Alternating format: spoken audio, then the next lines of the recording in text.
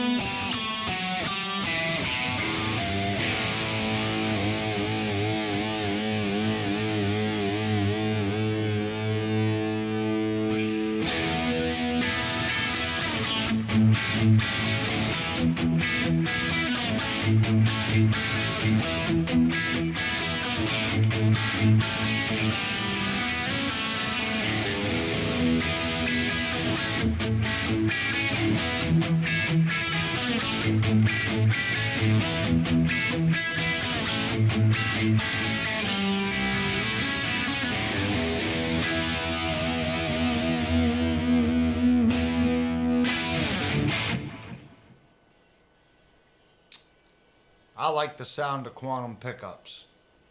And this guitar does have the quantum pickups in it.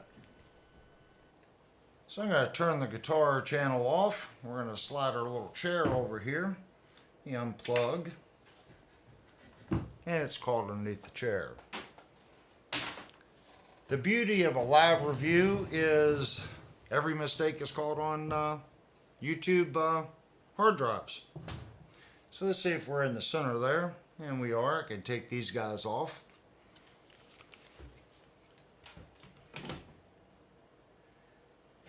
So if you're familiar with the channel, about a month and a half ago we had a Ibanez PWM-20 on the channel. And this is a very similar spec guitar to the PWM-20. Well, I shouldn't say similar spec. There are some differences. The two main differences in this guitar and the PWM-20, well, it's actually three. One, the PWM-20 comes with Godot tuners. This just has the Ibanez tuners on it. I have unlocked this because I wanted to know what they felt like. And I moved the strings back and forth. They all feel very smooth. There's no slop in them. You know, I left the nut unlocked for about 10 minutes and played the guitar. They didn't slip, but that's just, you know, a couple minutes. You get a better feel for it if you put new strings on it.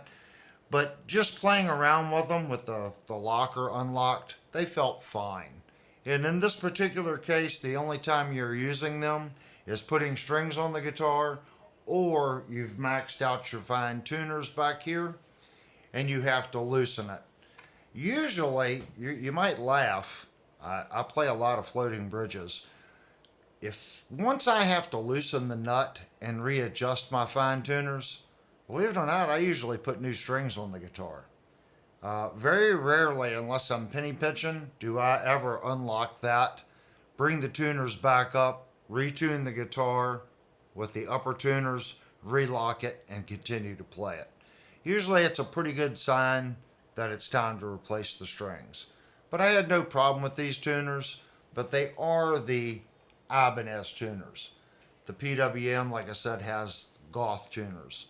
The next big difference between this guitar and a PWM is this has the scarf joint neck right here. Okay, it's a single piece with a scarf joint. The PWM is a two-piece, solid, with no scarf joint, and I believe it was Barbenga or Maple stripe in that guitar. I'm not too sure. I'd have to look at the specs. I think it was Barbenga. This guitar does not have that. Now the next difference, and somebody's probably going to laugh at me here, this does not have the Mojo Tone pickups in it. This has the Quantum pickups in it. I have played both guitars, and I do have a couple Ibanez's here that have the Quantum pickups in it. I am going to say that I actually like the Quantum pickups better than I do the Mojo Tone pickups. There's something about them that appeals to my ears. That pickups is taste. I'm just giving you my opinion, okay? Now, I'm not an Ibanez fanboy, so I don't have anything to say good or bad about Ibanez or Mojo Tone. Just for my amp settings, it seems like the Quantum pickups, for me, have a little bit more bite. I will say the Mojo Tone pickups, I think, are a little smoother and not quite as bitey. So just keep that in mind. They do share the exact same tremolo. This is the Edge 2 low profile tremolo. Now something I've noticed with the Edge tremolo, if you're used to a Floyd, you can pull forward more on the Floyd to mute, okay? I've noticed with the Edge low profile, you need to pull your hand back just a little bit. And you'll hear that in my playing tonight. And if you go back and look at the PWM, sometimes my muting is a little too harsh. I'm over muting. And that's because I'm used to the feel of the Floyd Rose. So I'm scooting too far forward on the Edge. That's something I would have to get used to. Now the Edge bridge compared to the Floyd, it is far smoother feeling. Okay, when I push down on the bar, it takes less effort for this bridge to move back and forth. And it still can give you that flutter. If you move this nut right here and you lock it just a little bit and you allow the bar to come back and stay, when you do that, this bridge flutters really well. Here, let me give you a demonstration. I can't hear the guitar without my headphones on. So let's turn the guitar channel back on. And I'm going to give it a flutter. Oh, guitar channel is not on. Oh, well, it helps to plug the guitar up. See, without editing, you get to see all the mistakes. So we're going to hit a harmonic. I don't know if you can hear that, but it flutters well. It's a good flutter.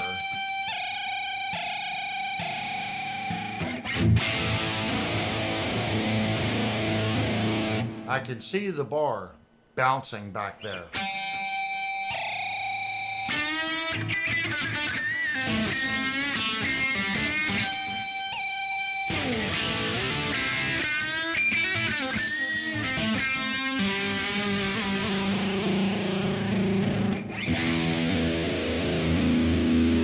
So if you like flutters, this tremolo really flutters well. It also, it's very smooth.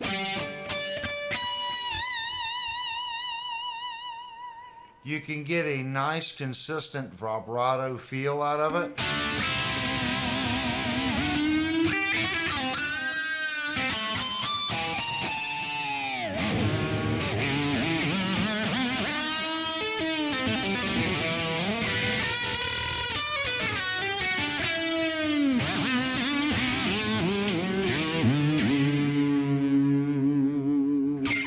I'm not an Edge user at all, so I am a complete newbie at this bridge. It would take me very little time to fall in love with this bridge.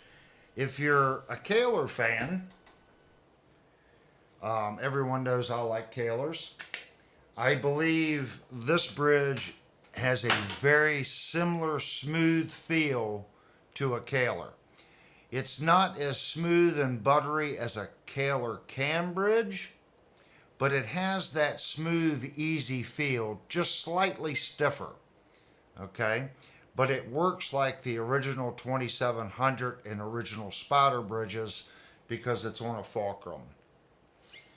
But it reminds me of the Kahler because the Kahler has a very large flat spot back here, the 2710 and 2700 killer bridges. So that I feel familiar with. It's just my palm placement. I believe the edge is a nice tremolo. It feels butter smooth. So that's a good, I guess, roundabout idea on the tremolo. Feeling the tremolo in its edges, playing it, it feels softer and smoother across the saddles than a Floyd Rose. I do have a Floyd Rose original. I have a Floyd Rose 84, a Floyd Rose 1000, and some Floyd Rose specials. And of course, they're super cheap Floyd Rose bridge in this one. This bridge feels smoother all the way across. The machined components do not show the casting marks that even the higher grade Floyd Roses show. It's a very well machined piece of metal, and the plating is done very, very well. I'll try to get that to where it'll shine. The plating is fantastic on the bridge. Probably one of the nicest bridges I've seen as far as the plating, sheen, and finish. It's a sharp bridge. Like I said, now these are the quantum pickups, and they have hex bolts in them, so you can put a Allen tool in there, and you can adjust the pole positions in these pickups. I think they're great pickups. Are they the greatest pickups? Some people are going to say no. But like I said, pickups are a taste thing. At a $650 price point that this guitar has, I think these pickups sound really nice and clean. They break up well on crunch, and they really have a good high gain sound. We'll go through some sounds later, and I'll show you what I mean. Now, the body on this guitar is just a little thinner than the PWM-20. The PWM-20, they actually made the guitar a little thicker. So if you're used to like the Ibanez S Dragon Burst, or their $450 to $550 S models, this body is exactly the same. It's about a ½ inch right here. And they were able to shoehorn that bridge in there and allow room for the springs without making the body thicker. That's saying something. It is stupid thin. I mean, thin.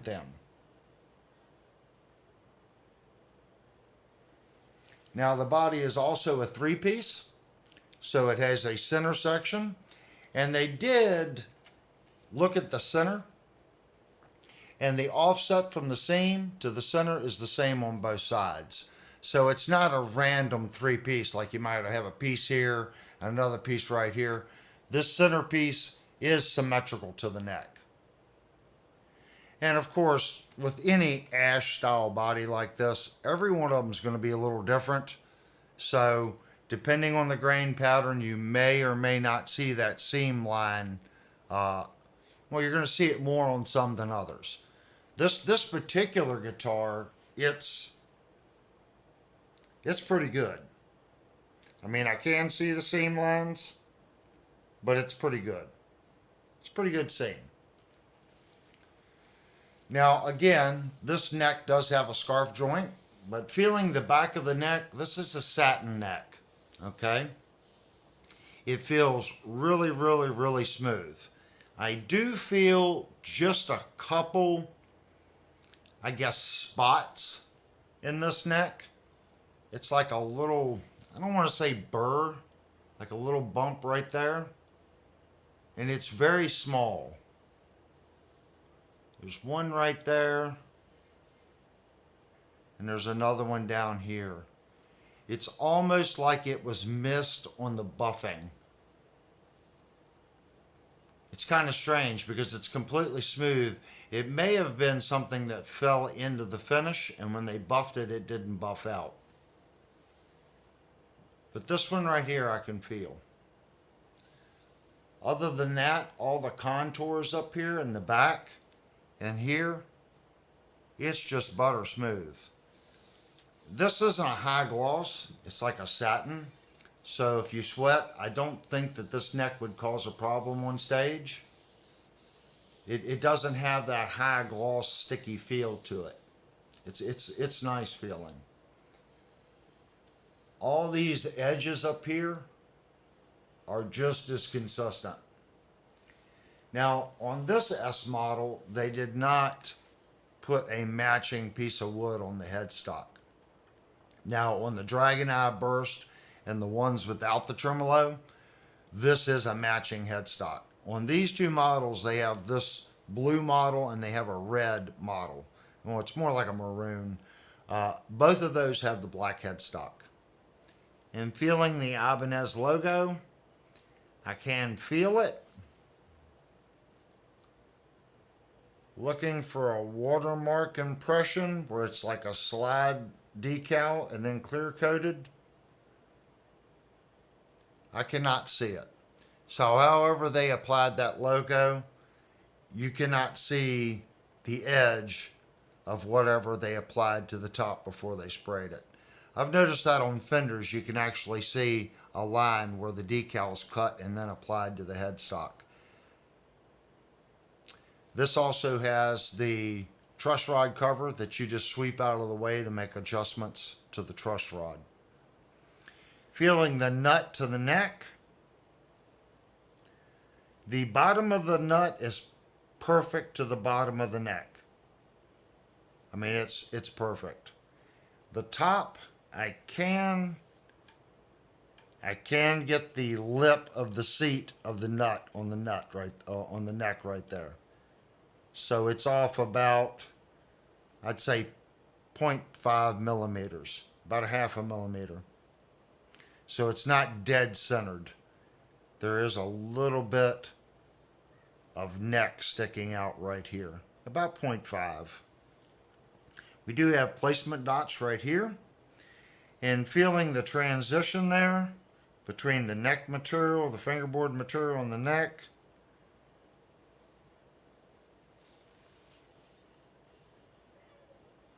I cannot feel it. Now, this is a Wizard 3 neck, if I remember correctly. Let me pull up the specs here. I'm just going to make sure that it actually is a Wizard 3.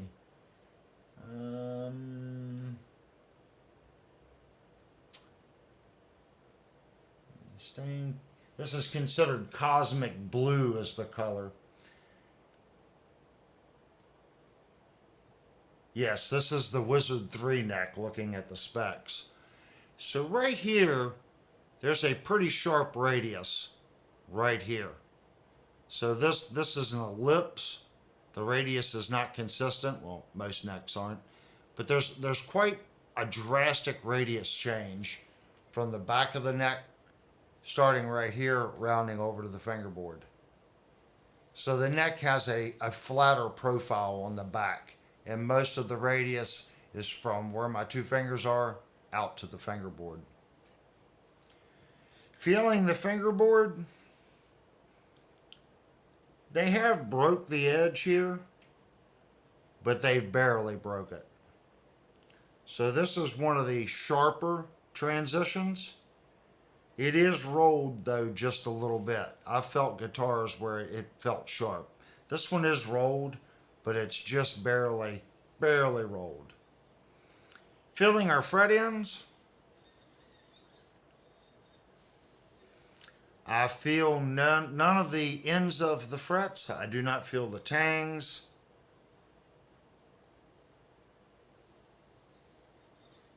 And the dressing feels good. this guitar would pass the sock test without scratching it. This is nice. I feel absolutely zero bad frets. Looking down the frets, this one's nicely done. I don't know if you can look down that on both sides. Fret alignment is spot on, both sides. And looking at the dressing, I'm not expecting a double chamfered fret, but I want to look for consistency. So I'm going to move it back and forth in the light. And I'm looking for a half moon. And I'm not really seeing a half moon on these frets. Of course, it's not a double chamfered fret. But they all seem consistent. When the light hits the edge, it's the same marking all the way across. But it's not a full half moon shape. It's more of a dot right here where they've broken the top edge and just broken the corner of the chamfer on the fret. And the chamfer on this guitar looks pretty standard. I'm going to guess it's probably a 30-degree chamfer on this fret. I've seen the last couple guitars, I've seen some pretty steep chamfering. So this looks pretty standard on this guitar, about 30 degrees. I could be off 5 degrees one way or the other, but it's not near as steep as some of the other guitars that we've had. I would say the fret dressing and stuff on the guitar looks really good. Looking at the frets themselves,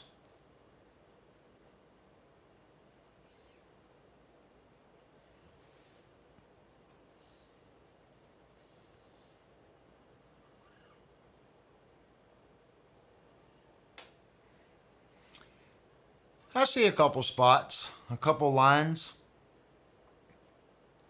but feeling the fret and the sheen on the fret is better than our Yamaha RS-E20 that we reviewed. It's far better than the Fender we reviewed. This is one of the better frets that we've reviewed here in the last month. Are they perfect? No, they're not perfect. I do see a couple, I'm not even going to call them full tooling marks because the frets have been polished. But I do still see one or two little marks going across. And believe it or not, if the frets weren't as shiny as these frets are, you wouldn't see those scratches. But these frets, they've taken just a little bit better. They've done a little bit more work to the polishing on them. So that makes the fret show imperfections even more. That's why companies don't do high polished frets. High polished frets have to be right, or you see everything. I would say this is medium to high polish. This is a nice fret polish on these. Looking at the crown, the crowning on these frets is on the flatter side. I prefer a flatter crown. This particular crown is flatter than I do. It is crowned, but it is a flatter crown. Gotta move my little towel back up. I'm trying to give as much information as I possibly can since the guitar's in front of me, and I try to cover everything that you could possibly want to know about the instrument. That's about all I can tell you about the frets. We can look at the height of the fret since we're going over frets. So let's turn our caliber on, let's zero it out, and let's get a height on the frets. How tall are these frets?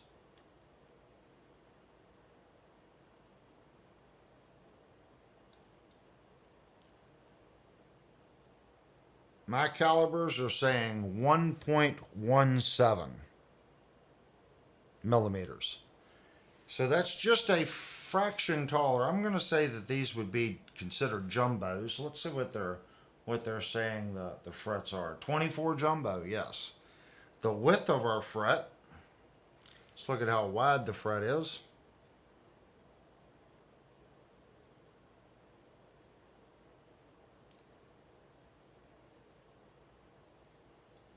.73, and yes, I have blue tape on them, but I have it calibrated for the blue tape back to 0.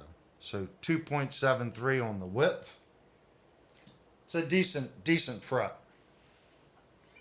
So that's going over our fret and our neck. The body on the guitar is satin, and it's a very similar sheen and feel to the back of the neck. The difference is I can feel the grain in this. So this body's probably lightly sandblasted just to give it a little bit of that grain look where they've eroded away the grain. And they have put a white binding around the body, which looks kind of sharp. Here we have our strap button right on the horn. And it does appear to be in the center of the horn.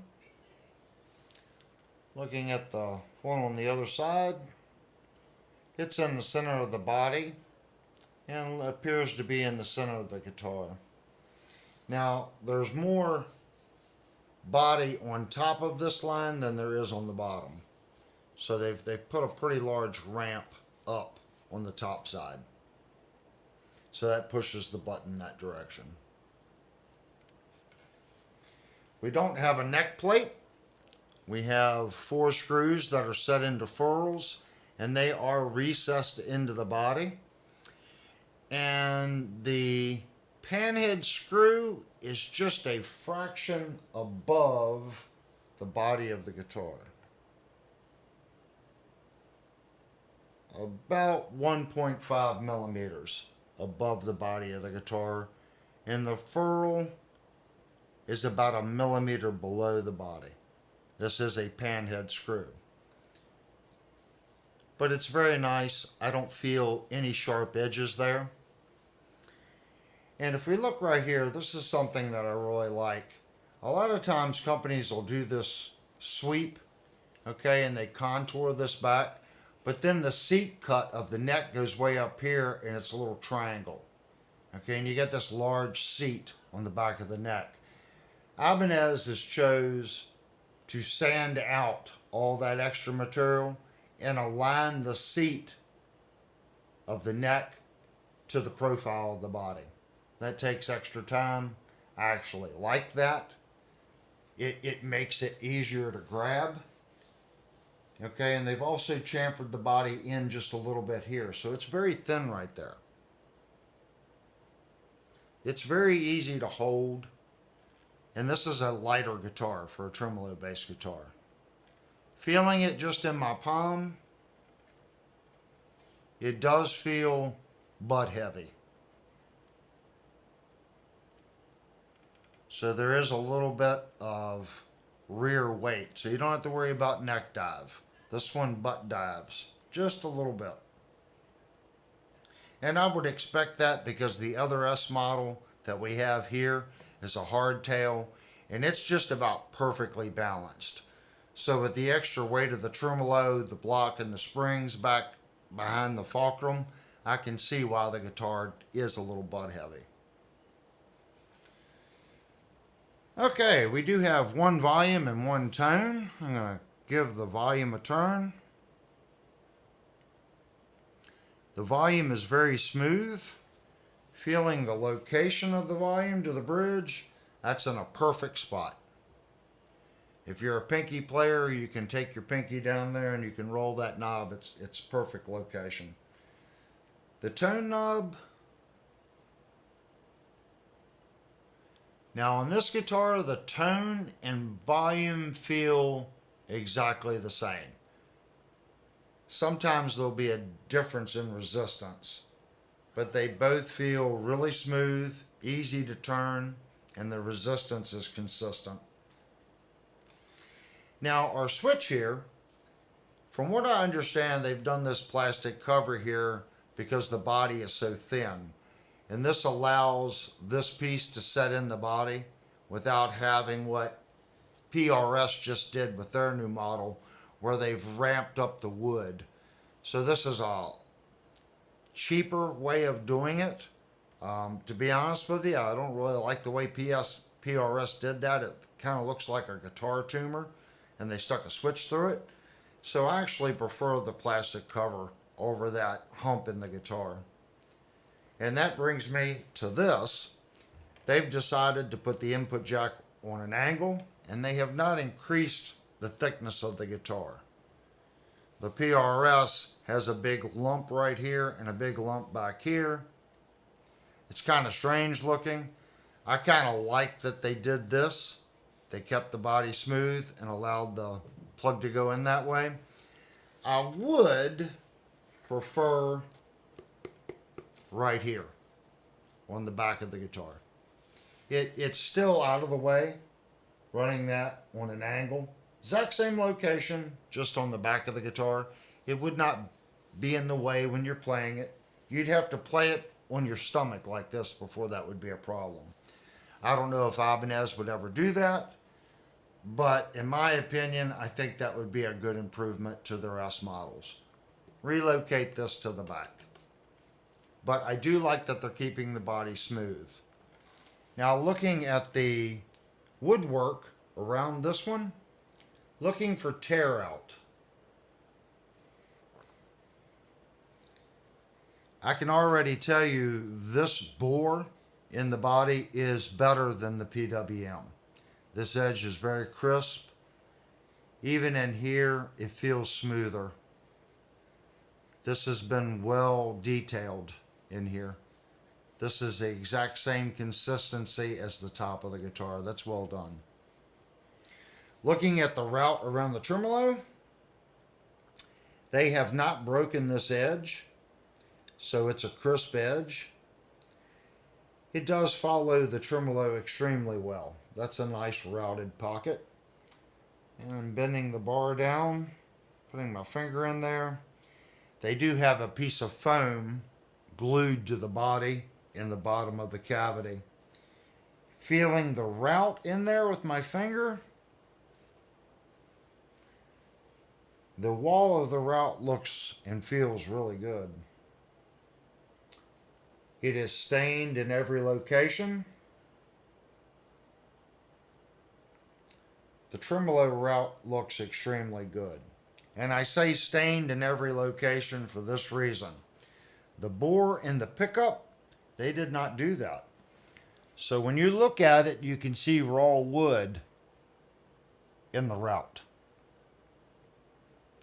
I'm not really understanding why they would stain the pocket of the tremolo and put all that extra work in that pocket and then turn around and not stain this edge in the pickup pocket, or at least paint it black. They have chose not to do anything there. That is the natural wood color. And I do see what makes it a little worse in the corner here. I see a blue stain run going down in the corner.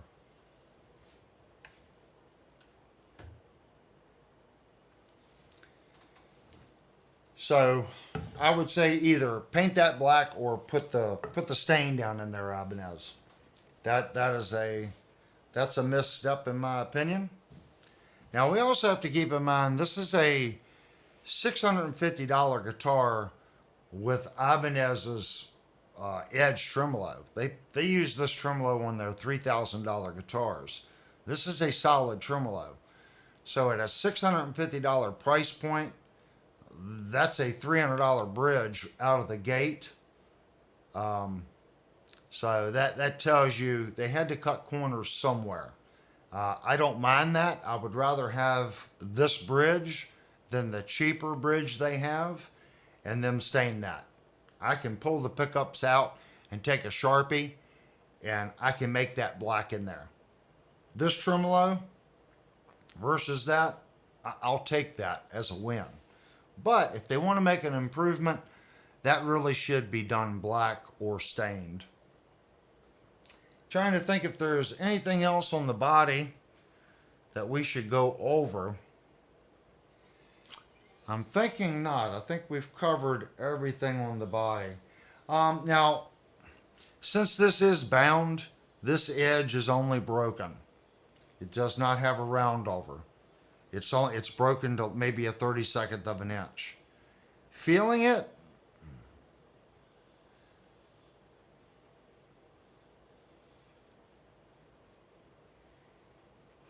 Feel something right there?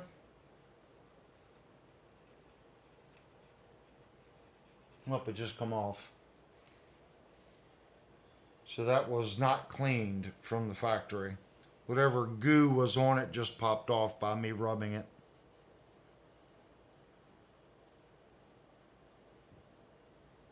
It's not bad. I see one,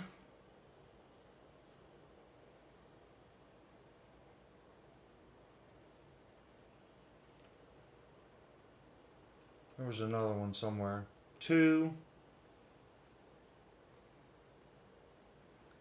I see three spots where if you look at the corner edge of the binding to the body, there's a little bit of glue. And that's from when they clean up this binding and they take the razor knife and they scrape it. They didn't quite scrape down far enough, and there's a little bit of black right there, glue residue. But all in all, I'd say it's done rather well. Looking at our covers on the back of the guitar, let's check them. That one's very solid, and we actually have two routes here so you can get in and make adjustments to your claw. Looking at those routes to the screws, you know what's funny is some manufacturers put these on, and then when you go to put the screwdriver in, you can't even hit the screw. It's like they put it on there to show that you could do it, but you can't even get the screwdriver in to get to the screw. And you can see right here, it locks right in. So easy access. Now we are going to take this review just a little further than we normally do. I'm going to take the tremolo bar out. We're going to take the guitar and put it on its face. We want to kind of look in here. Since this is a bridge that this channel isn't really too familiar with, we want to kind of look in here and see what makes it tick. Does it have a big block? Does it have a medium-sized block? Because just like Floyd Rose, if you get a Floyd Rose 1000, they do have different size blocks, a 34, a 36, a 37, a 40, a 42. So let's take a look at this block and see what you're getting in the stock form per se. Like I said, the tremolo feels smooth. But let's put our eyeballs on it and see what's actually in here.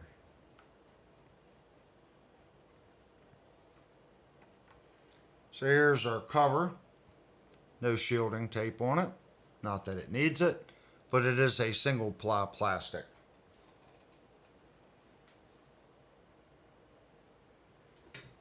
So looking in here, this is probably where they're saving a little money on this bridge.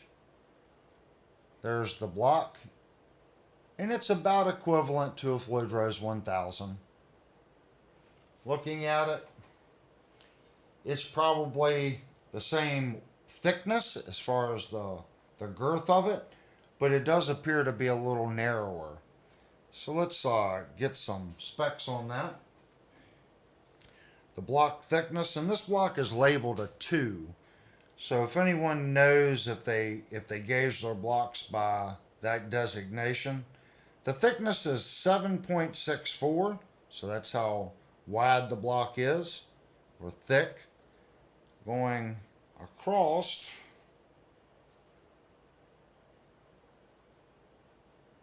it's 50.67. So there's a tremendous amount of room behind the block. So I'm going to say some of the higher end guitars, this block's probably a little bigger.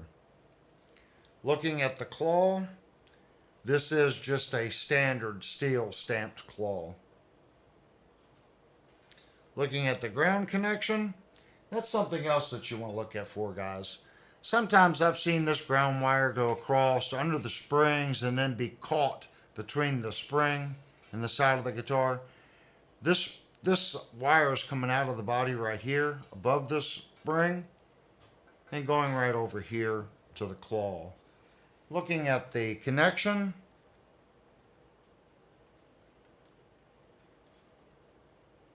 it looks like it was to temperature. And then looking at the routing in here, I am not seeing any step over marks from the machine coming around, and it's either doing a routine like this or it's doing like this and then coming back and hitting the outer wall. I am not seeing any step down routes or step over routes. Looking at this route here, again, I'm not seeing any step down routes. It's nicely done. Now, our electronics cavity, it has a ton of screws on it. So since this is a live review, guess what? There is no squirrel mode. So you guys will just have to be a little patient as I take the screws out, and they have a ton of screws on this. And the reason for all the screws in this is this concaved or convex body. They're putting a lot of screws in it to keep that plate following that multi-pitch body here. It's not flat. It is going in many different directions. So this is number 4. So there's 8 screws in this one cover. That's kind of crazy. But that's okay. That's what they feel they need to do, and I don't have an issue with it. If that's what it takes to get the cover down tight to the guitar, that's what it takes.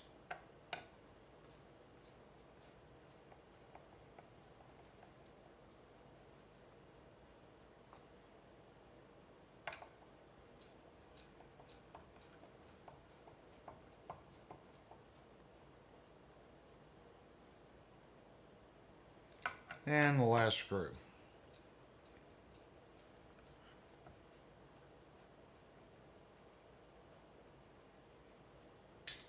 I'm going to put these over here. I do not want to scratch the guitar.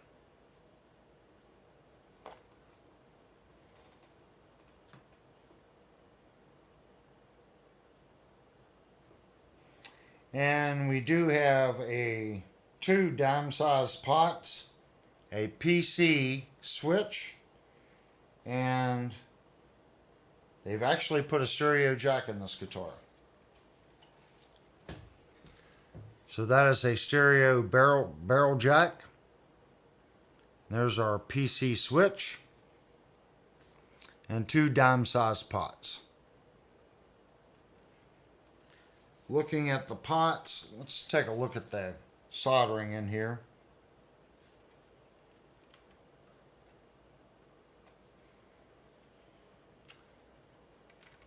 Yeah, that's nice soldering.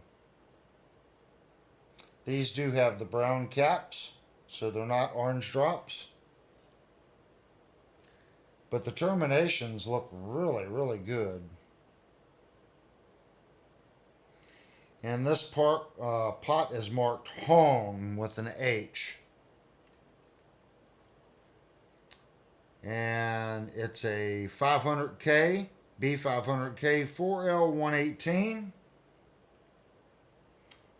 And the tone pot, again, is an A500K 4L1B. Exact same as the volume. Looking at our switch terminations, that's nicely done. It's very nice and neat. Now, I understand it's dime-sized pots. Dime-sized pots are fine. Remember what I say, the big difference between a larger pot and a smaller pot is the trace. So these volume and tones are going to be a little bit more finicky, okay, and there's less carbon on the trace. It's a smaller diameter. So Are they as good as a full-size pot? No. The traces are smaller. But the work and the neatness, it's done very well. They've got to save a little money somewhere. This is a $650 guitar with some really nice features. I don't have an issue with that. I would much rather them put a regular switch in before changing the dime size pots. So like an upgrade for me would be that PC switch. Everyone knows if you use it a lot, those switches fail. I've yet to see a PC switch that lasts. They usually 10, 15 years. If you use it a lot, they go out. Where the old style switches, they can go forever. There's guitars made in the 50s that still have the original switches. But for this price point, and it has a stereo jack, and you're going, well, it's not stereo. With this jack, you could do the double shielding trick on your cable, where you actually have two shielded braided cables with your center positive. You terminate your outer shielded cable to this other end, your tip, ring, your sleeve, and then your tip and ring becomes your hot and positive. You do not terminate it on the other side of the cable, and it acts as an extra shield in your guitar cable and grounds to the guitar. Or, you see what I mean? Or if you want to do something else, it's already set up for it. Like if you ever wanted to put active pickups in this guitar, that jack is what you have to have active pickups. It already has the proper jack. All right. I'm not going to put it together right now. We're just going to move right on to some pickup testing. And as I said, I kind of like the Quantum pickups, but I've never actually tested them, I don't think. Maybe I have. I don't remember that if I have or haven't.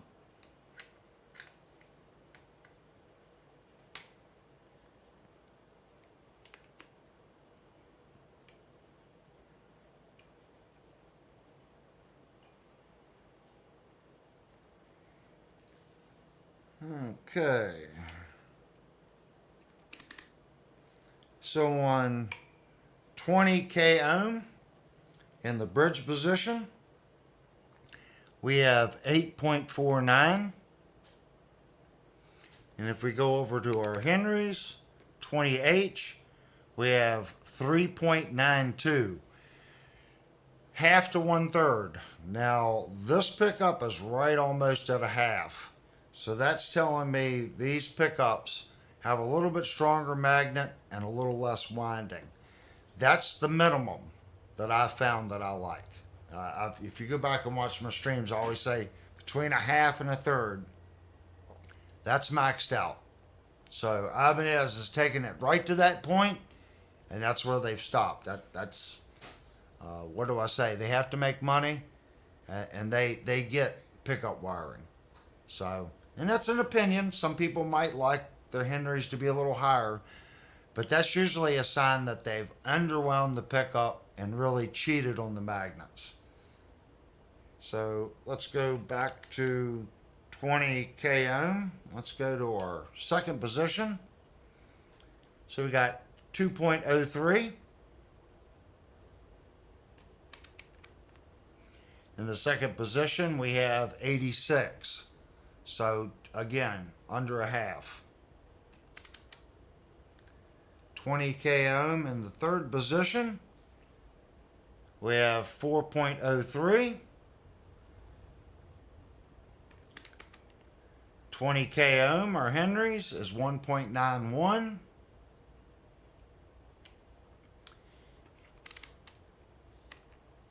In our fourth position, we have 1.91, 20K ohm. Henrys, 0.92. In our fifth position, we have 7.59, 20K ohm. And our Henrys is going to be 3.4544. It's kind of bouncing around.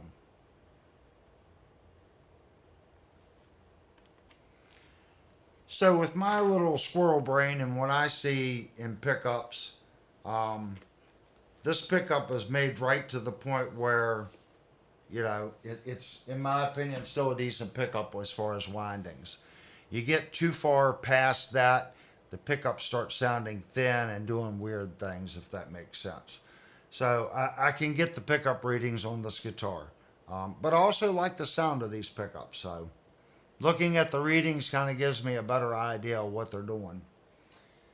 Okay, next thing we need to look at, we want to check the neck radius. They're claiming the neck on this guitar is 15.75.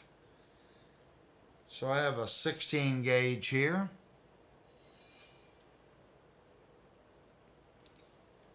Let's see what we got.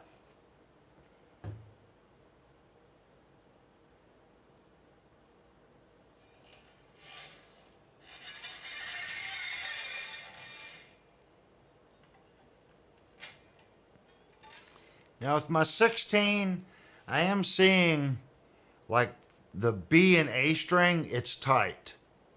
But it's still tight at the both E's, but the very edge of the fingerboard it falls off just a little bit. So they've rounded and eased the corner of that fingerboard a little bit. Now granted it says 15.75 and that's a 16. It's so close that this small gauge really is not going to show you 0.25. I mean it really within one, it's kind of hard to tell. But it is following the 16 rather well. So I'm going to say that that's what the neck is.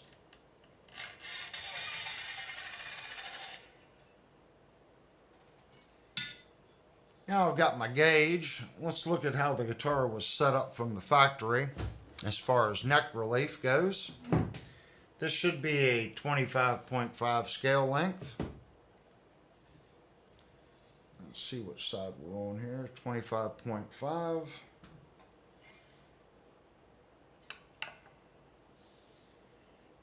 And basically, I'm looking for light between the gauge and the neck. And first I want to make sure that the neck isn't bowed this way and the gauge rocks, which it doesn't.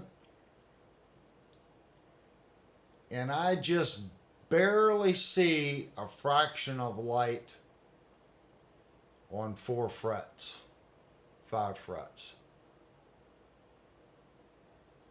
So I'm going to say this neck is almost perfectly straight. It probably has like 0.2 millimeters of relief. It's really hard to judge, but it appears to be almost perfectly straight.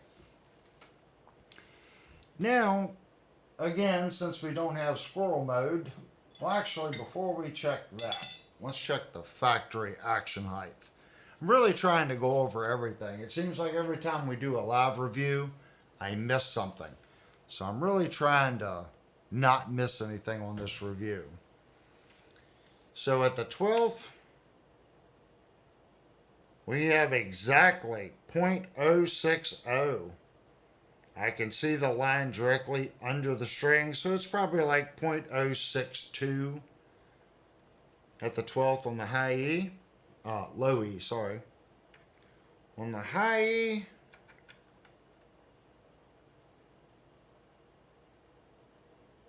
I'm going to say it's 0.055. Maybe 0.0575. It's quite low.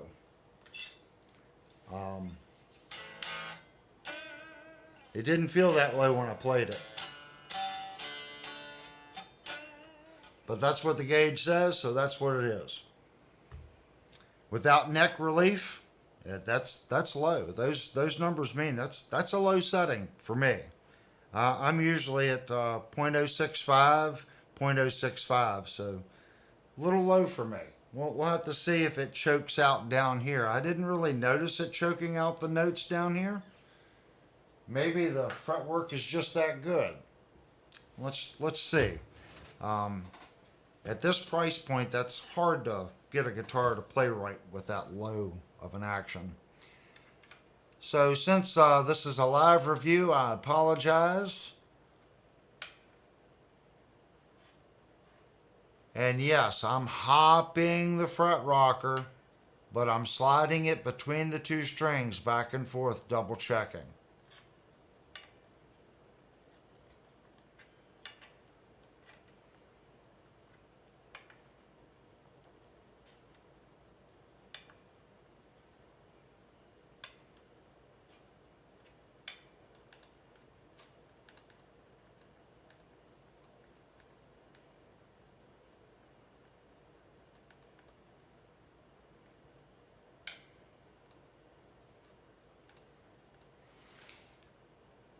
That was pretty close. I had it on the edge and I thought it was rocking, but it wasn't. That's why I went back and checked it. I want to be fast about doing it because I can see the viewership going down when someone clicks on this and, well, this guy's not talking, he's just sitting there with a fret rocker. But I think the people that come to this channel and look at the reviews, I think they get it.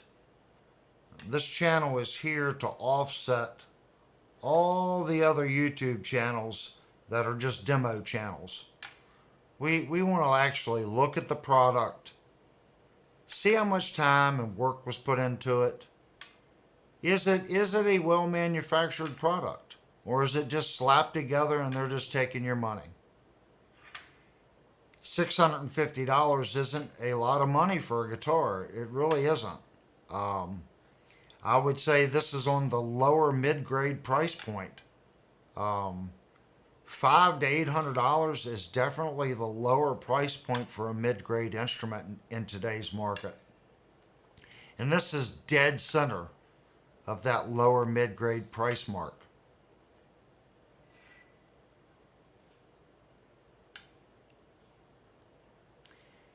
You can really tell how slick these frets are with this fret rocker. It just slides across the frets.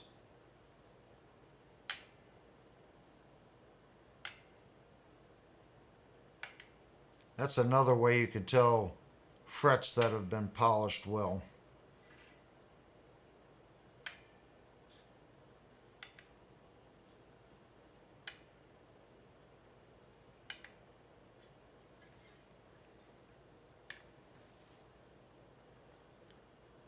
So far, so good.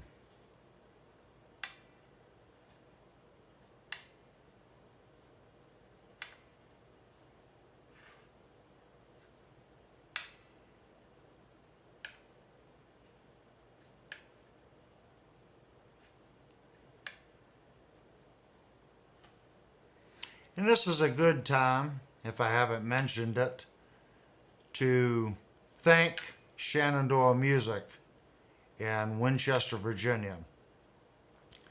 I cannot thank my local store enough. They have graciously loaned me this instrument so I can review it. So in turn, I like to mention them. And everyone here knows I'm a firm believer. Support your local music store. You will miss them when they are gone. Go in, let them earn your business. If they don't want to earn your business, go to the next local music store. But I get it. If you're somewhere out in the middle of nowhere and you have to order online, there's no issue with that. But if you can, try to support your local store. And in my case, I have a great local store. Shenandoah Music has been in business for, I'd probably say 40 years. You don't stay in business that long unless you're doing something right.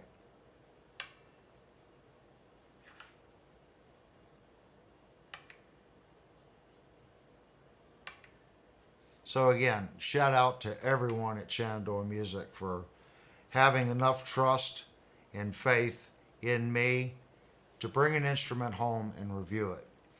Okay, we found our first one. Right below our B string on the 19th fret. It's not bad. And it is directly under the B. And it goes away under the high E string.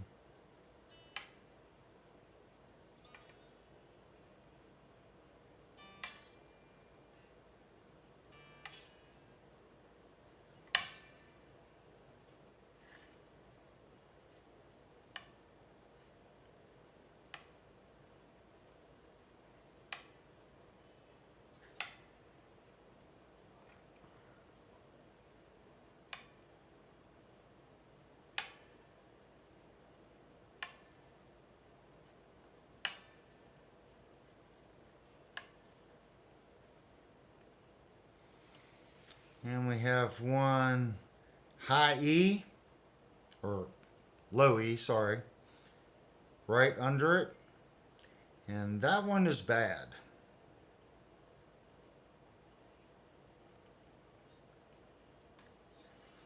Still bad. Still bad.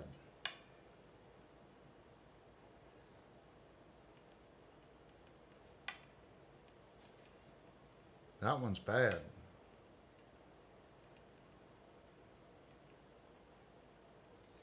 "23rd fret, all the way across. That one is in require of repair. That one rocks. That one rocks. Have I seen worse? Yes. But considering how good the rest of the neck is, that is strange. So 23rd fret, the whole fret, all the way across. So if you see something like that on your particular guitar, the first thing I would check, since the whole fret is doing it, look at the fret and see if you see a gap between the fret and the neck. And see if the fret is lifted. And it's hard to tell right here. But the first thing I would do with that fret is put a 16-inch radius caul on it and give it a nice tap. And then come across the fret and double check it. It could be that it has popped up just a little bit. I mean, I see a black line there.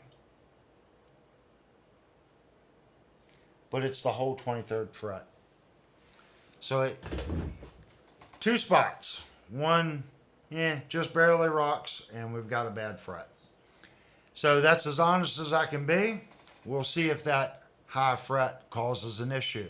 Now keep in mind that's a high fret. If it was a low fret, I would be really upset. Low frets mean you got to sand them all. This is something easily fixed. Should it be there? No. Was it like that at the factory? I don't know. It could be that the fret has popped up. I'm just pointing it out. That's my job. All right, guys. I guess I will sit here and I will try to entertain you guys while we put the covers back on. Oh, we do have shielding tape on our electronics cavity.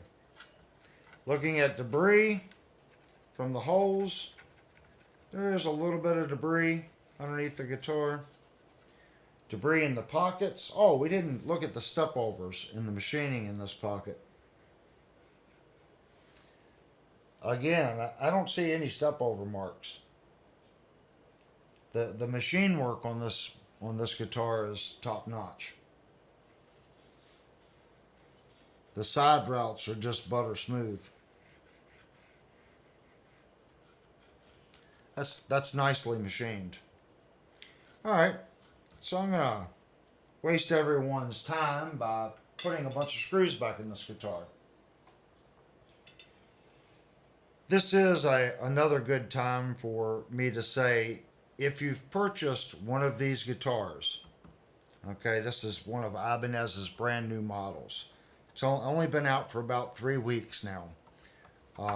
If you've purchased one of these guitars and your guitar came completely different than what you're seeing me show here, That's what the comment section down below is for.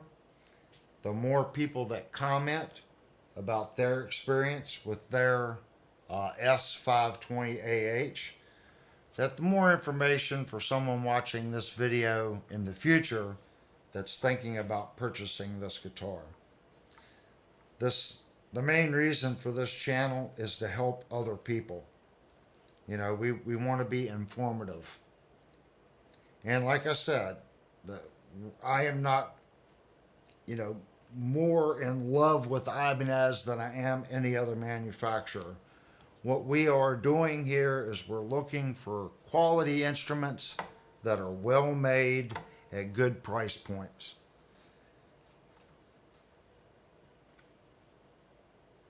And like I said, they have so many screws in this because of the contour of the guitar itself. There's quite a few screws in this cover plate.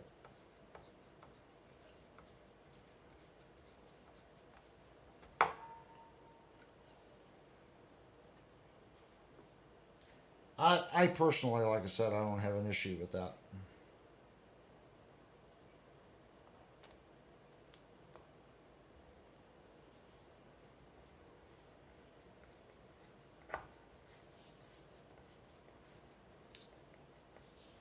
And the screws are quite firm.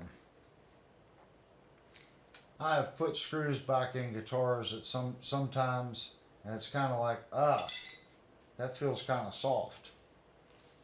And I may have to go screw hunting. Nope, they're all here. I was thinking I was lost one. I was thinking I was going to go downstairs and my monster bolts, free plug the monster bolts. That's where we get all our screws and hardware from. That was unsponsored, but I believe Monster Bolts has really good hardware at good prices. So I get a lot of hardware from them. And yes, they do have budget screws as well. But if you want really high-end screws, stainless, titanium, you know, hardened metal, try Monster Bolts. They seem to have a little bit of everything. Multiple thread pitches, multiple diameters, multiple lengths. I've always been able to find what I'm looking for there. Especially strange stuff.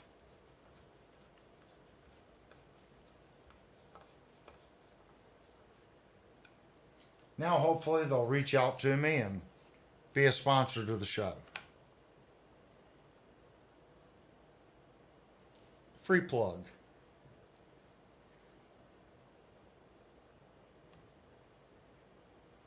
All in all, I'd say the construction on this guitar is really nice. And it should be. Ibanez has been making the S model guitar for quite some time. So any programming issues should have been resolved years ago. And by looking at the routing on this guitar and the lack of tooling marks in the routes, I would have to say, yeah, they've got it down to a science. They have reproofed this program and reproofed this program to the point where it's good. And it should be. Every time a manufacturer does a production run and has an issue, they should make changes and improve their product. Looking at the body on this guitar and the routing, I can definitely see Ibanez has done that. And you know what, guys? I just put that on backwards. See, with a live show, you get to see all the mistakes. Why didn't one of you guys tell me I was putting it on backwards? What am I going to do with you guys? You're letting me put the cover on backwards. I was like, how come those holes don't line up? Now, I know people that will just grab the drill and just bored new holes. You're laughing right now, but I'm not lying.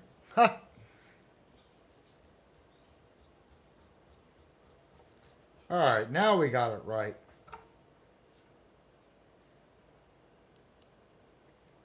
I'm too busy trying to fill up dead space and I'm not paying attention to what I'm doing.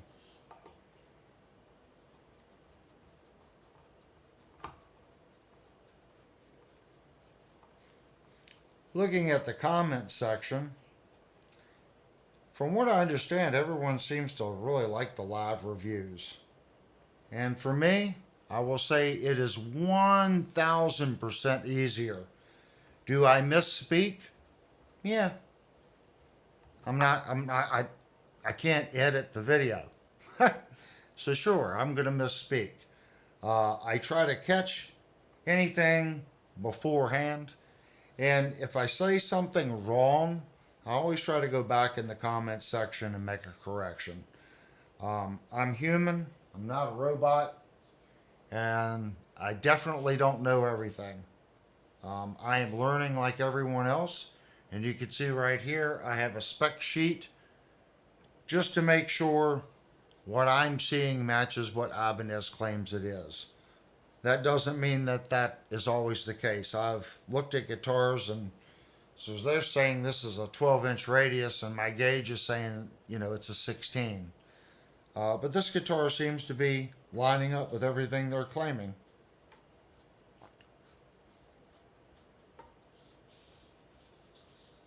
All right. Now we have it reassembled. And look, I actually put the plate on in the right direction this time. All the holes align. 8 screws in this plate, 6 screws on this plate. And they do both have a plastic protection cover on them. So that's kind of hard. Sometimes if you loosen these screws, it makes it a little easier to get that plastic off.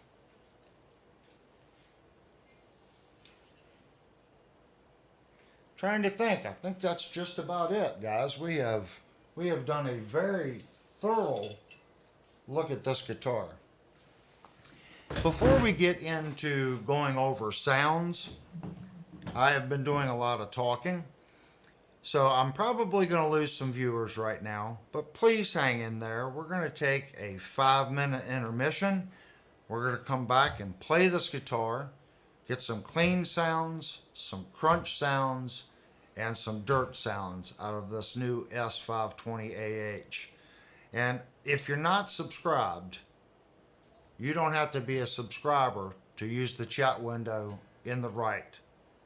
We want you to come in and participate and enjoy these live reviews. This channel is trying to be different, and we're trying to make leaps and bounds on getting a bigger audience. And just honesty in general, I think this channel will get there. So again, if you're not familiar, sometimes we take a break. You don't have to be a subscriber to chat, but hopefully by the time the video is done, I have earned your subscription. You'll go down, hit the subscribe button, you'll hit the bell so you get notified when we do this stuff, and then hit the like button. We also have Devastator, and whoever that has a blue wrench to your right, they can put links in the chat, and if you have any questions, I'm sure they can answer any question you have. We also have a Discord server, so you can put that in the chat. And we'll be back in about 5 minutes, and we'll get some sounds on this guitar.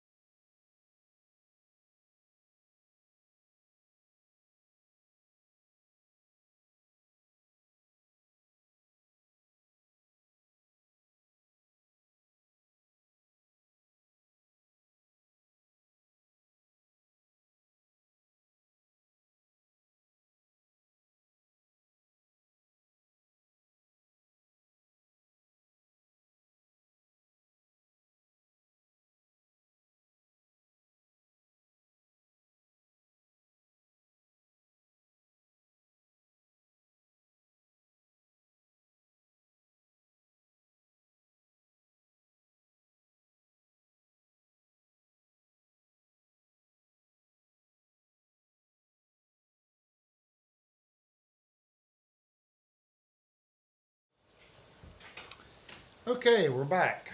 Make sure I've got a good audio going again. This is another good time. Again, I want to thank Shandor Music in Winchester, Virginia, for loaning me this instrument to do this review. This is a brand new product from Ibanez. Them loaning this product out for a couple days, that means a lot to me. This is a brand new release. It needs to be on their floor. They can't sell a product if it's here in my house. I don't know if they have 1, 2, 3. I don't know how many of these they have. But for them to pull the product and allow me to take it home and do a thorough review. Okay, I'm not just jamming on the guitar doing a demo. We're looking at this guitar thoroughly. And we're giving honest evaluation of the guitar. Its general build, its fit and finish, how well it's been assembled and manufactured. As of right now, I'm going to say that this is an extremely well manufactured guitar at this price point. So now, let's listen to it, because you can have the world's best machine guitar, and if it sounds like it's still So let's see what this thing actually sounds like. I know it's going to sound good because I already have 2 Ibanez's with these pickups in it. Does that mean that these pickups are going to play well in this guitar? Well, I have an S model.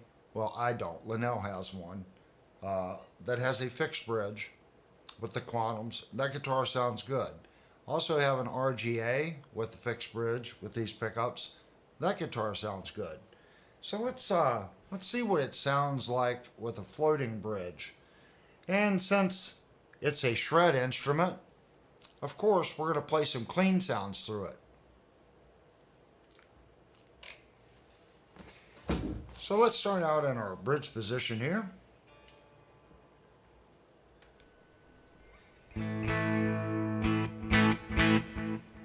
So I have the tone all the way up, and I want to double check my volume. And you can hear it has some punch. I'm sure that these pickups are not voiced to be, you know, a real bottom end smooth pickup. This guitar has a tremolo on it, so it's set up for that style of music. So let's actually put the bar back in it as well. This bar is the type that threads on it. It's not a push-in. So you have to thread that little nut down on it. And if you tighten that, it does make it so it doesn't fall. And if we just get it to where it just barely falls, actually it's pretty good. Feels like there's about a 32nd of an inch playroom. And we'll see how well it stays in that location. So bridge position, tone all the way up, volume all the way up.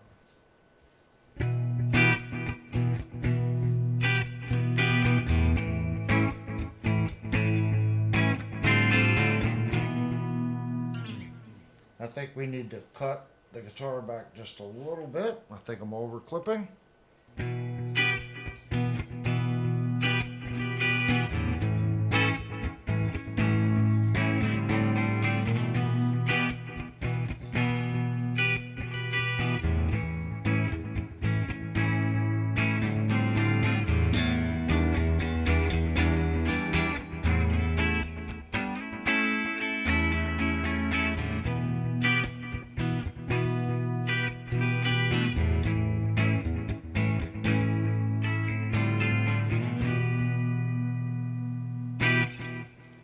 That has a really nice, clean, poppy sound to it. Let's go up to our second position.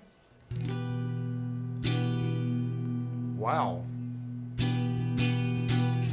That immediately makes me want to see if there is a pickup configuration window on this guitar. That sounds like a single coil setting. Let's see what they're saying.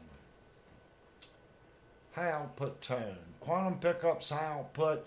with warm characteristics, pronounced mid-range to keep the tone guarded, connected to a 5-way selector switch. These versatile pickups unlock a range of coil combination, allowing metal-leaning acts to exploring very delicate melodies and enhanced dynamics. It does not actually say, but it is saying coil combinations. So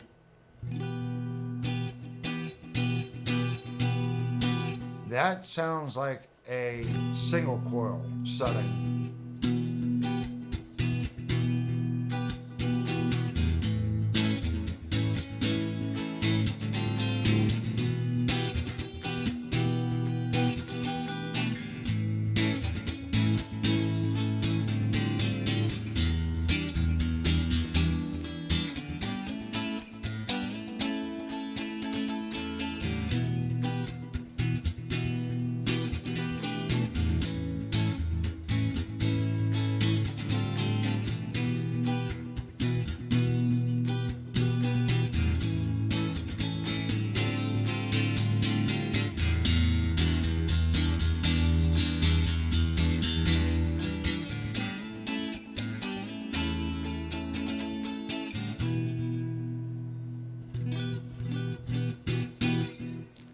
I really like that. That sounds nice. Our third position. And the volumes went up. That definitely sounds like a humbucker. That's probably both humbuckers.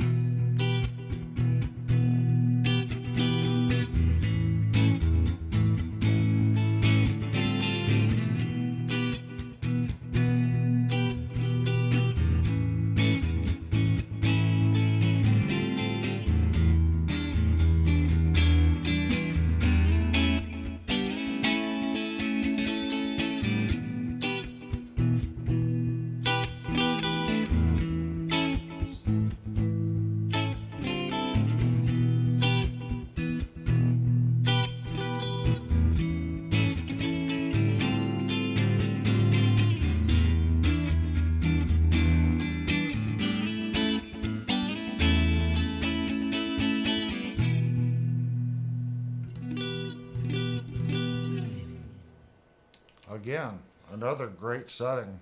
Let's go up to our fourth position. Now that's the fourth position. This is second.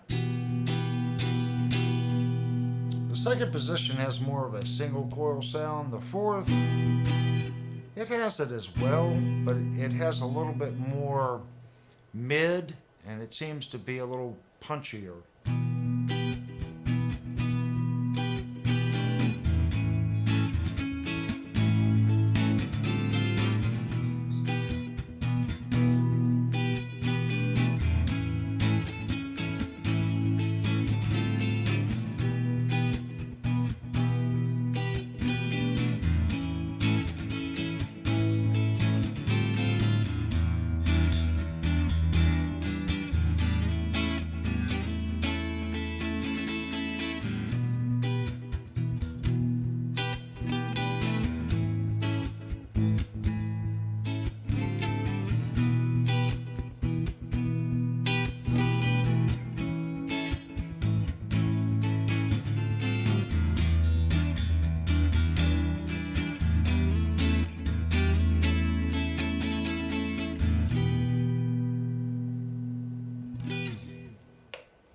Great sounding guitar.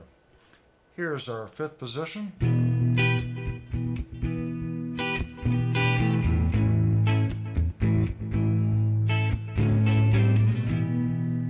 Out of all the positions, that one seems to have the most output. So I'm going to bring our slider back.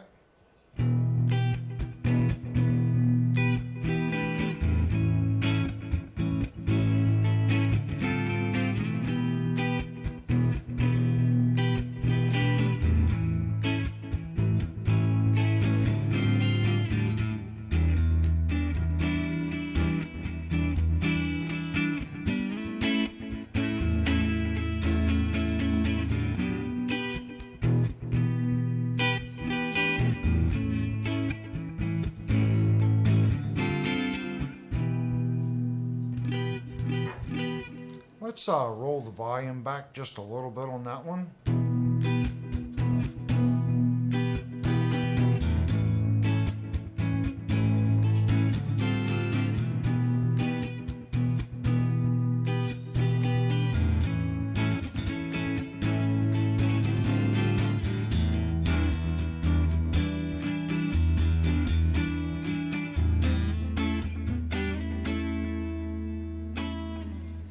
That has a lot more bottom end in it.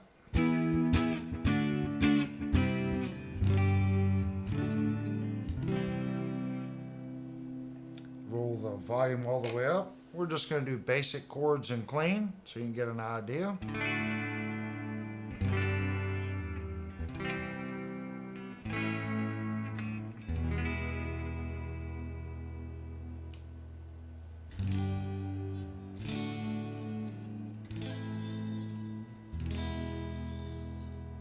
That second position sounds nice.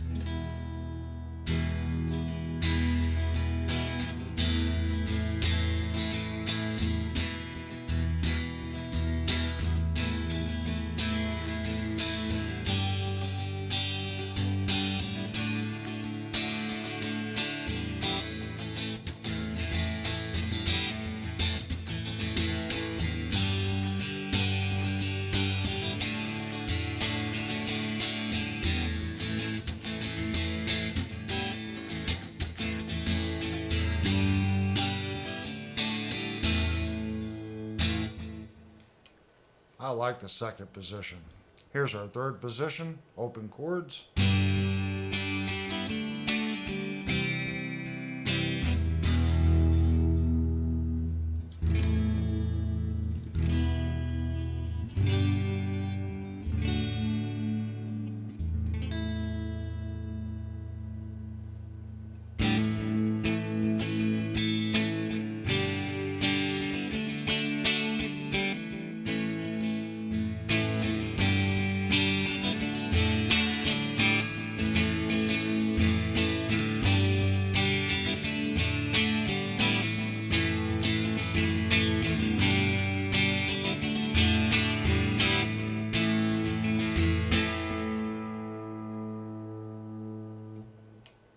Fourth position.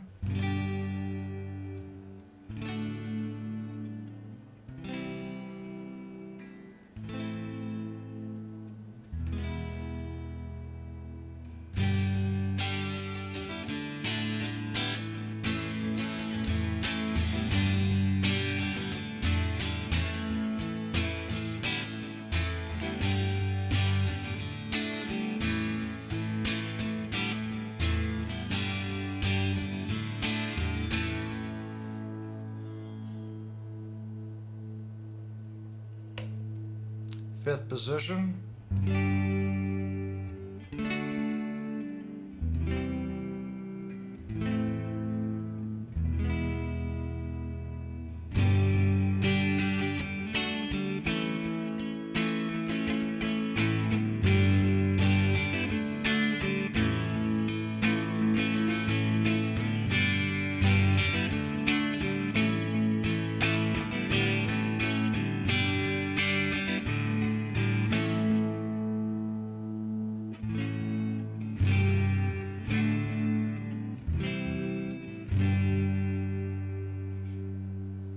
Little boomy, but I like it. Let's go back to our first position and let's just go to a crunch channel here. And really simple, we're playing through a little Yamaha amp. We're going out of the headphone jack right to the interface. We do have a little chorus and echo and reverb.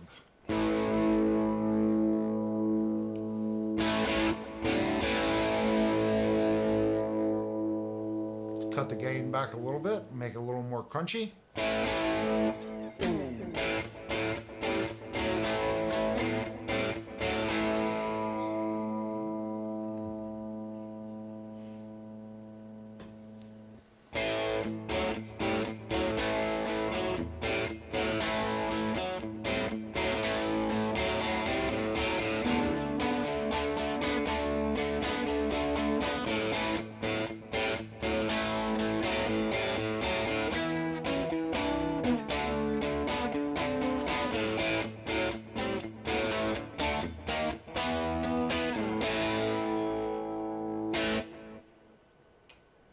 Second position.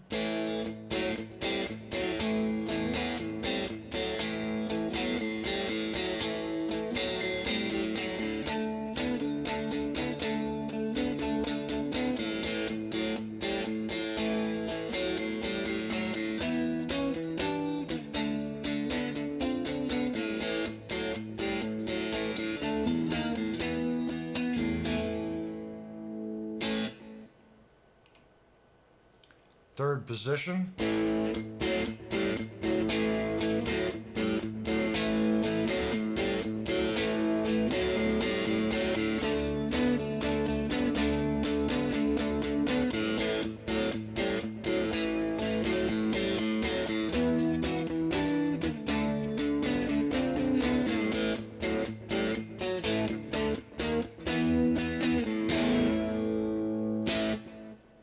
Like that sound. Fourth position.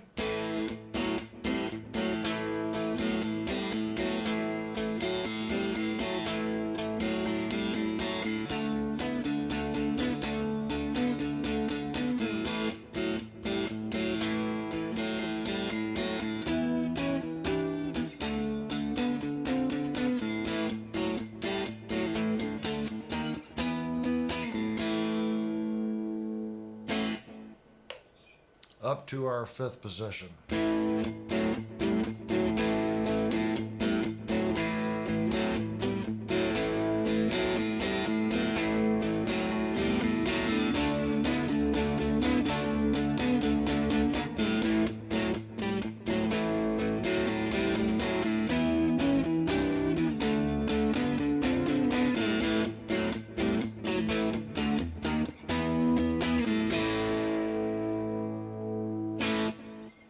Sounds nice.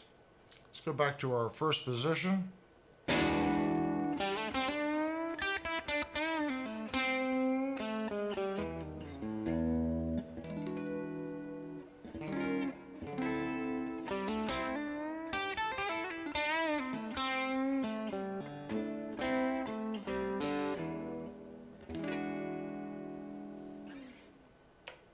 Second position.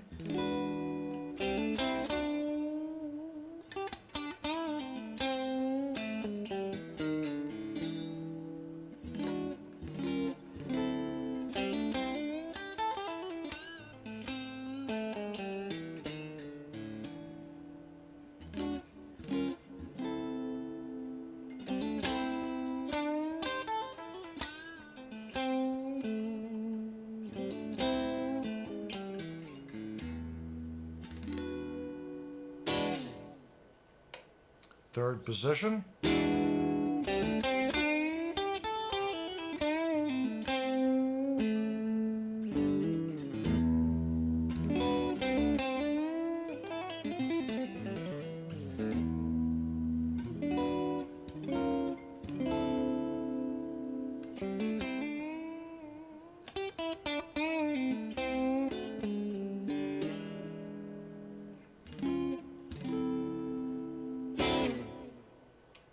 Fourth position.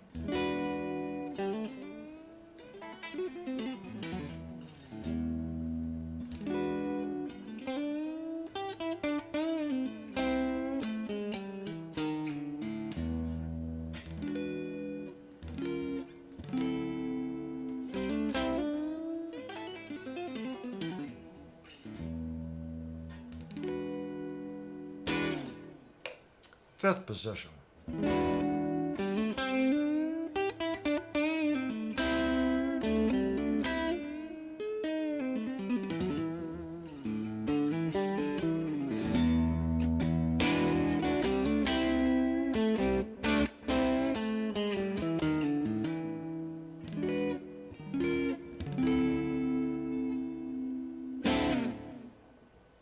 Alright guys, let's go up to our special channel. We actually have a lead and high gain channel, but we're just going to go right to the special channel. See what the guitar does with some high gain sounds. And I try to play basically the exact same thing. I know sometimes it might get a little boring, but it does show the different sounds of the guitars. If you go back and watch the reviews, I'm playing very similar things for that reason. That way you get a better idea of what each instrument sounds like. If I'm always playing a different song, it's kind of hard to get that sound to compare the two guitars. So I am playing stuff that I normally play on the reviews. So this is something that we always do. I do this little ditty just to see how articulate the pickups are. So we're going to start out in the bridge position.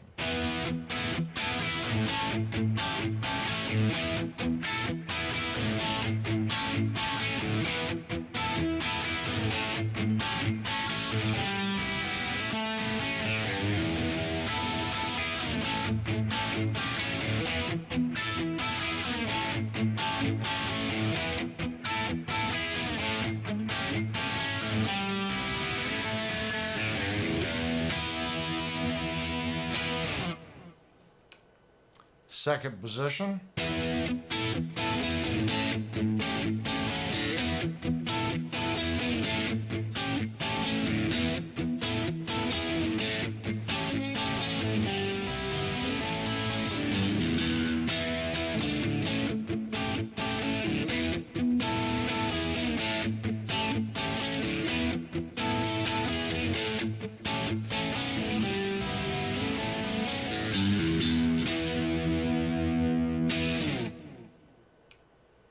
Third position.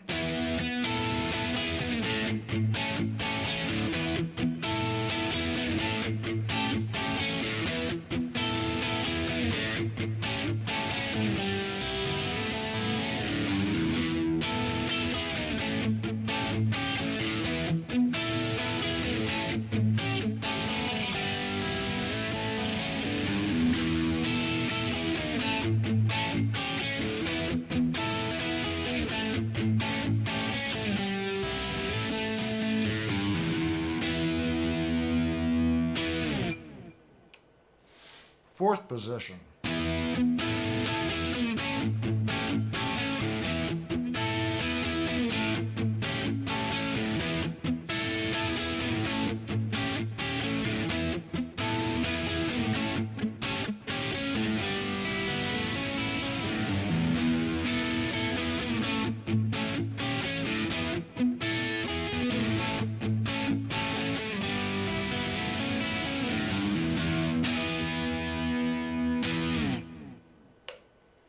Fifth position.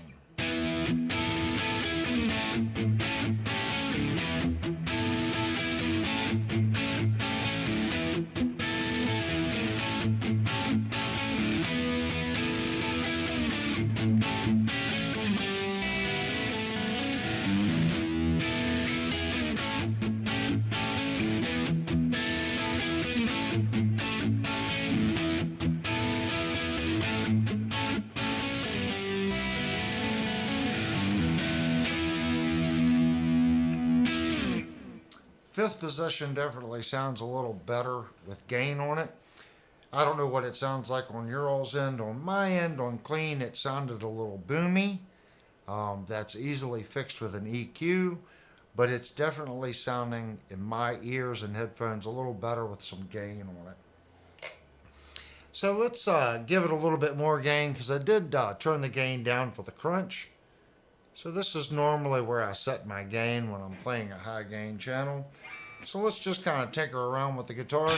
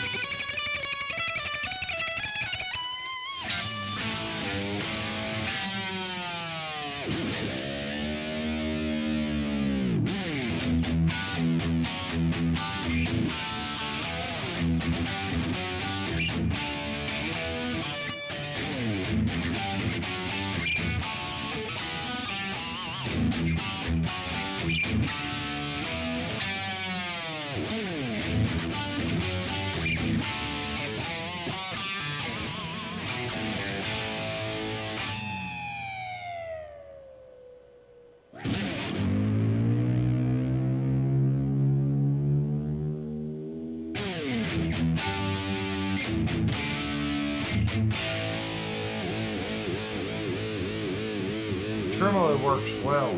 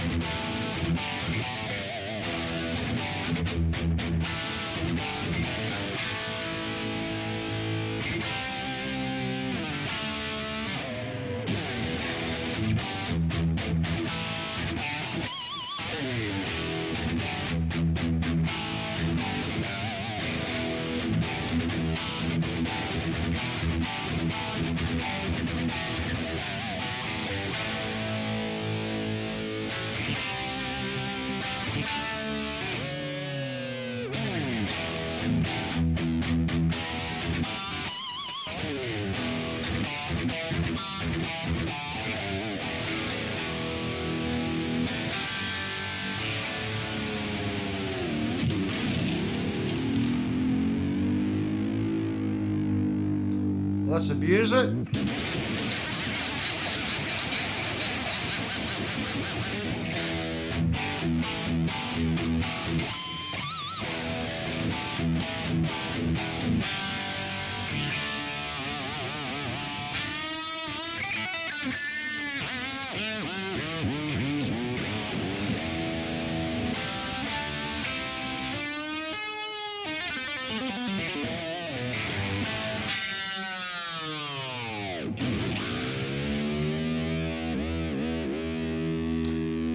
Tune check.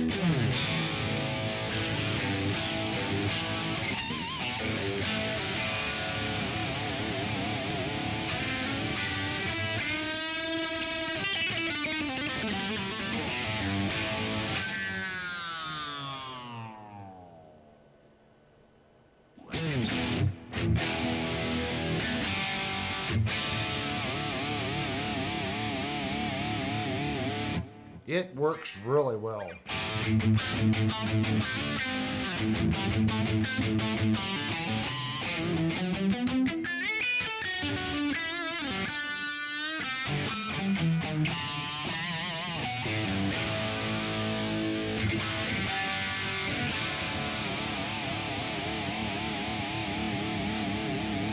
It's very smooth.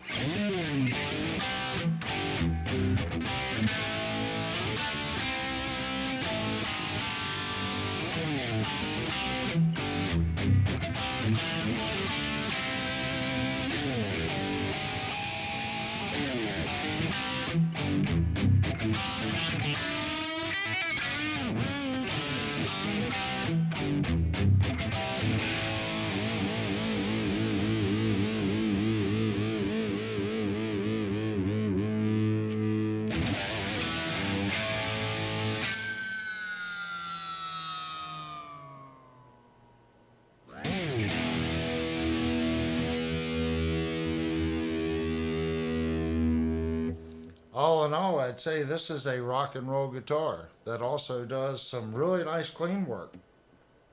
I can't be more abusive on the bar than that. I'm not the world's best tremolo player.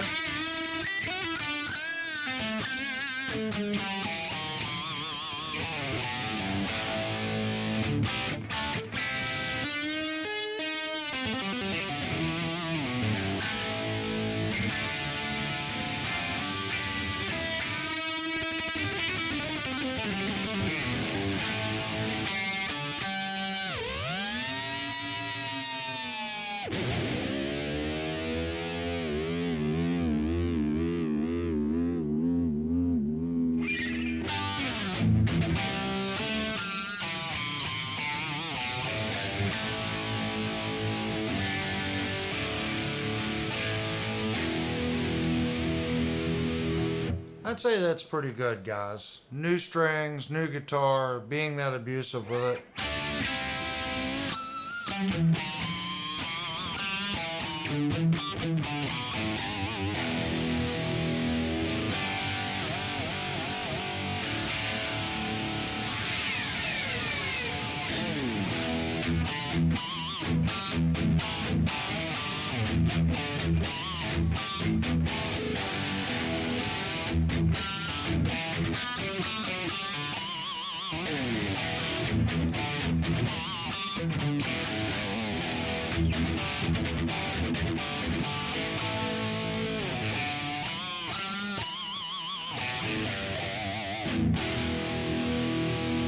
It's easy to dig in the guitar. Harmonics are easy.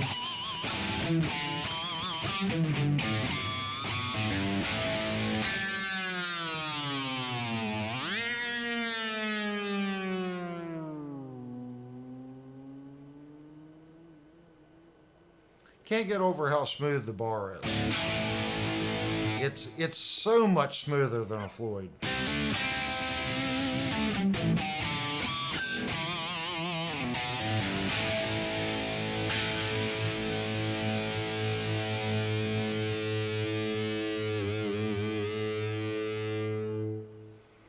All right, I think that just about does all our little sounds.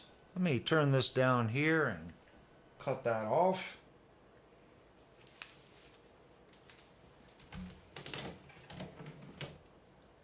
If you're familiar with the channel, this channel's here for product information. I try to do a little bit of everything tone-wise. Not everyone listens to hair music, not everyone plays high gain.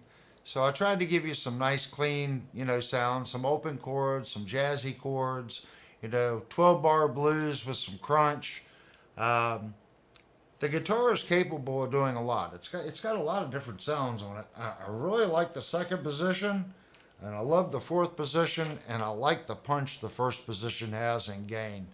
The first position in clean, I didn't have to roll back the tone on it. Normally a bitey pickup in high gain on the bridge, when you put it in clean, you got to roll the tone back. If you noticed, I didn't do that. Was it a little bright? Maybe a little, but it wasn't ice picky bright like some high output pickups are. When you get that push from the bridge pickup in high gain, when you go to clean, it just has sometimes like an ice picky sound. I'm not getting that with this pickup. It's still clean and articulate. It's bright, but it's not ice picky bright. So all in all, I'd say, again, these quantum pickups are quite good. We need to go over final thoughts. What's that, hon? The switch. It's what? The switch. The switch. On the guitar. Oh, the switch is on the guitar. Linnell, the assistant, has found, or Kurt has found the switches on the guitar. I'm not really understanding what this is. It kind of flipped on the phone. So I'm going to hold the phone up. The picture's messed up now. Humbucker parallel is connected. So in the neck position, it's both coils.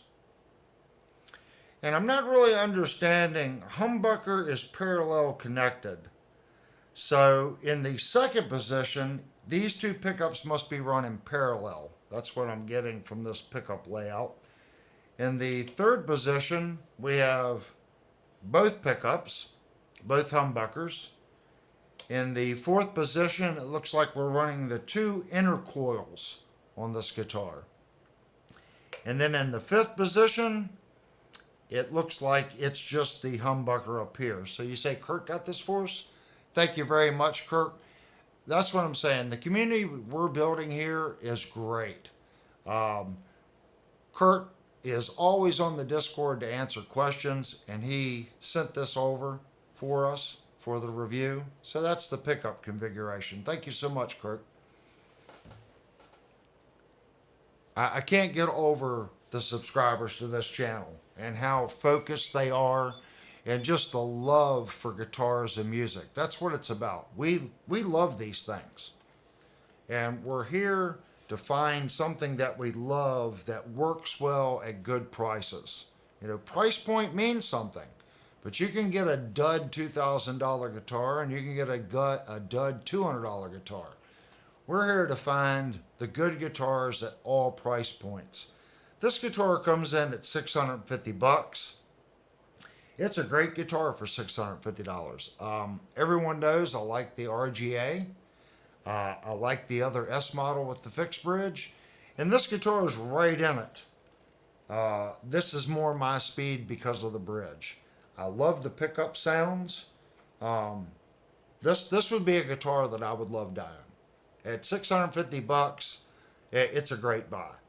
It does have a scarf joint neck. Some people don't like the scarf joint neck. I personally have never had a scarf joint neck fail. A lot of instruments made with scarf joint necks. This is competing or very similar to the PWM 20. They had to cut something. The PWM 20 is $1,500. This is $650. So it's less than half the price. And in my opinion, the only thing they've really cut is the three-piece neck and the tuners. For $650, I can live with the scarf joint neck. My RGA and my other house model that Linnell owns both have scarf joint necks. They play great. No issues with it whatsoever. The only thing we did find on this guitar, the 23rd fret, all the way across, the fret rocker rocks. And I don't want to say it's a little. It's a bad rock. Is that horrible? No. But this fret needs to be addressed. Okay, if it was just a little rock, I'd say you could live with it. Cleaning up this fret would definitely give it more sustain up here. Was it choking off? It was not choking off. But getting this fret cut down is going to allow just a little bit more sustain. And if you really pull up on it, it's not going to choke the notes. I didn't hear it or misfret or dead fret or anything up here. So it's playing fine. And we checked the action height. The action height on this guitar is low. By playing it, I was thinking the action height was high.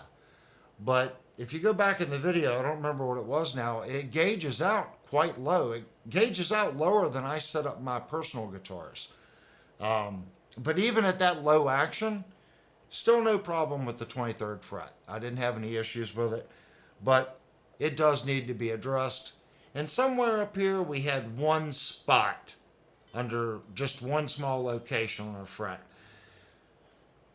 Fretwork on the guitar is done well, excluding this one spot.